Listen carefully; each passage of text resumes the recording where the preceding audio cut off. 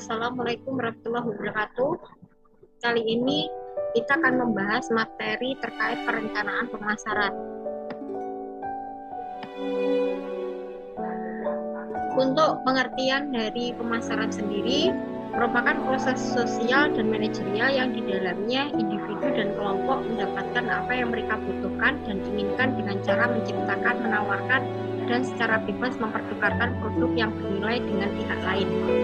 Kemudian untuk manajemen pemasaran, proses perencanaan dan pelaksanaan pemikiran, penetapan harga, promosi, serta penyaluran gagasan, barang, dan jasa untuk menciptakan pertukaran yang memenuhi sasaran-sasaran individu dan organisasi. Perencanaan pemasaran suatu bagian dari suatu desain kegiatan pemasaran yang akan dilaksanakan untuk mencapai tujuan. Perencanaan pemasaran meliputi pengerahan sumber daya pemasaran untuk mencapai tujuan pemasaran. Proses manajemen pemasaran dalam perusahaan dimulai dari perencanaan, yaitu menentukan tujuan, memilih strategi dan taktik, menentukan anggaran dan sumber daya lain.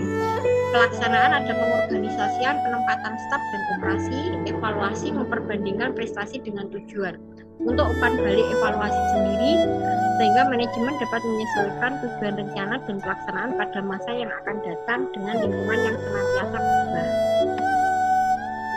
Perencanaan pemasaran di sini dimulai dari visi dan misi bisnis, kemudian ada analisis eksternal dengan faktor-faktor pendukungnya, kemudian ada analisis internal, juga ada faktor-faktor seperti kinerja produk dan lainnya, ada tujuan pemasaran,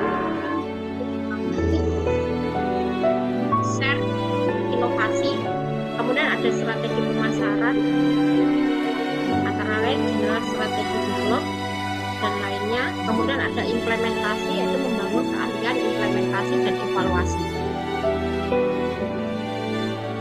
Aspek pasar dan pemasaran, ada 3 hal yang perlu diperhatikan dalam aspek pasar dan pemasaran, yaitu menentukan target pasar, melakukan analisis pasar, memuaskan pelanggan. Untuk menentukan target pasar menjadi bagian pokok dalam strategi pemasaran bisnis. Ada beberapa perusahaan yang ingin menjangkau konsumen dari semua kalangan, namun ada pula beberapa perusahaan yang sengaja memisahkan konsumen sesuai dengan target pasar produknya. Target pasar yang jelas akan mempermudah perusahaan untuk menentukan produk yang sesuai kebutuhan dan keinginan konsumen. Untuk menentukan target pasar, di sini menurut Abram 2008, beberapa alasan pentingnya antara lain dapat mengetahui dan memastikan bahwa konsumen benar-benar ada, mengetahui seperti apa produk atau jasa konsumen yang diinginkan, mengetahui jumlahnya cukup banyak untuk mendukung bisnis yang dijalankan, dan mereka siap dengan apa yang ditawarkan dan akan membelinya. Untuk aspek pasar memberikan gambaran yang jelas mengenai konsumen yang dituju, siapa mereka, di mana tinggalnya, bagaimana pola pikir dan perilakunya, mengapa mereka membeli, dan apa yang mereka inginkan. Dengan demikian akan memudahkan untuk menunjukkan bagaimana rencana dalam merespon kebutuhan konsumen.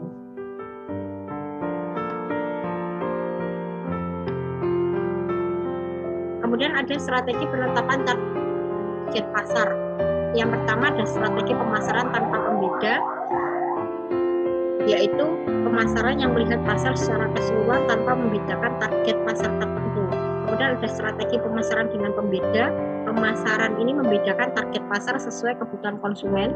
Kemudian ada strategi pemasaran terkonsentrasi, yaitu strategi pemasaran yang membedakan konsumen sesuai dengan kebutuhan. Pemasaran terkonsentrasi hanya fokus memasarkan produknya kepada satu atau beberapa kelompok pembeli saja. Kemudian melakukan analisis pasar. Yang A, mengukur permintaan dan penawaran. Pemasaran adalah semua yang kita lakukan untuk mengetahui siapa pelanggan kita dan apa yang mereka butuhkan dan inginkan. Pemasaran adalah cara memuaskan mereka dan memperoleh laba dengan menyediakan barang atau jasa yang mereka butuhkan, menetapkan harga yang bersedia mereka bayar, menyampaikan barang atau jasa kita kepada mereka, dan menginformasikan dan menarik mereka untuk membeli barang dan jasa kita. Pada saat mengukur permintaan dan penawaran, ada beberapa pertanyaan yang harus dijawab, antara lain siapakah pelanggan kita, di mana para pelanggan kita berada.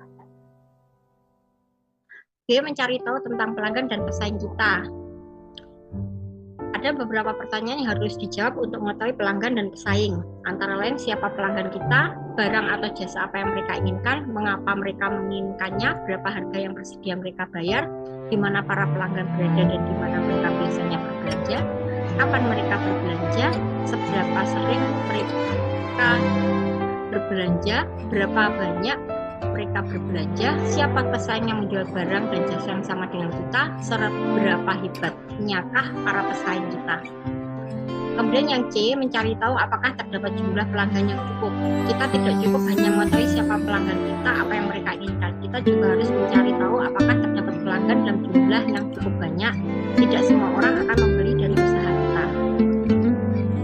Kemudian memuaskan pelanggan. Beberapa variabel yang perlu diketahui untuk memuaskan pelanggan adalah produk atau jasa apa yang diinginkan oleh pelanggan, berapa harga yang bersedia dibayarkan oleh pelanggan, di mana tempat usaha kita seharusnya berada agar dapat menjangkau pelanggan, promosi apa yang dapat digunakan untuk memberi informasi kepada pelanggan dan menarik mereka untuk membeli barang dan jasa yang kita jual.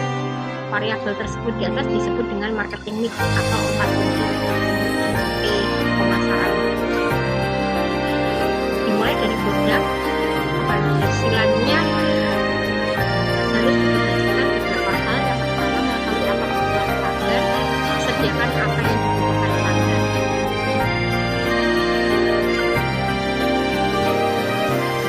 Pada umumnya pelanggan suka mencoba produk sebelum kita membeli. Pastikan bahwa kita melakukan analisis pasar, yaitu dengan memikirkan ide dan nilainya pada orang lain, mencari tahu yang mana dari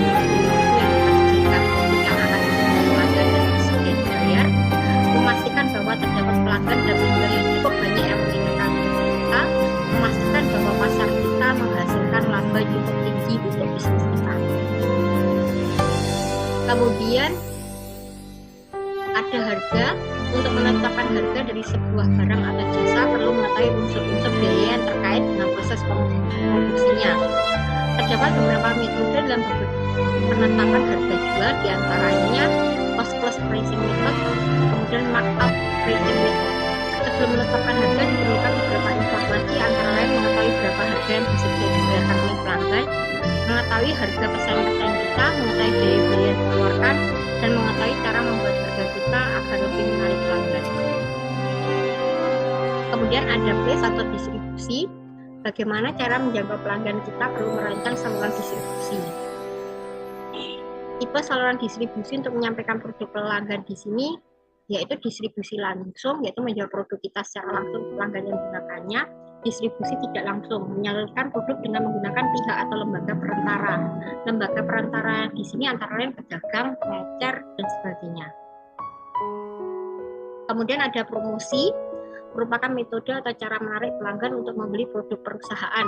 Bisnis kita mungkin berada di tempat yang tepat, memiliki produk yang bagus dengan harga yang bersedia dibayarkan oleh pelanggan, tapi penjualan masih rendah. Mengapa? Mungkin kita tidak memberitahu orang-orang mengenai bisnis kita dan apa yang dapat ditawarkan oleh bisnis kita. Hal ini disebut promosi, yang berarti memberi informasi dan menarik pelanggan untuk membeli. Jangan hanya duduk dan menunggu pelanggan mendatangi kita, tetapi lakukan promosi. Jual lebih banyak produk dan tingkatkan laba kita dengan cara: 1. Iklan membuat pelanggan tertarik. Promosi penjualan membuat pelanggan membeli lebih banyak. Publikasi mendapatkan promosi gratis, dan meningkatkan kemampuan kita sebagai pemjual. Berikut ini beberapa cara iklan. Yang pertama ada papan petunjuk, papan pengumuman, poster dan selebaran, waktu lama dan harga, surat khusus dan foto. Kemudian ada koran, radio, televisi, dan internet. Kita masih ada cara pengumpulan yang lain. Demikian materi kali ini. Terima kasih. Wassalamualaikum warahmatullahi wabarakatuh.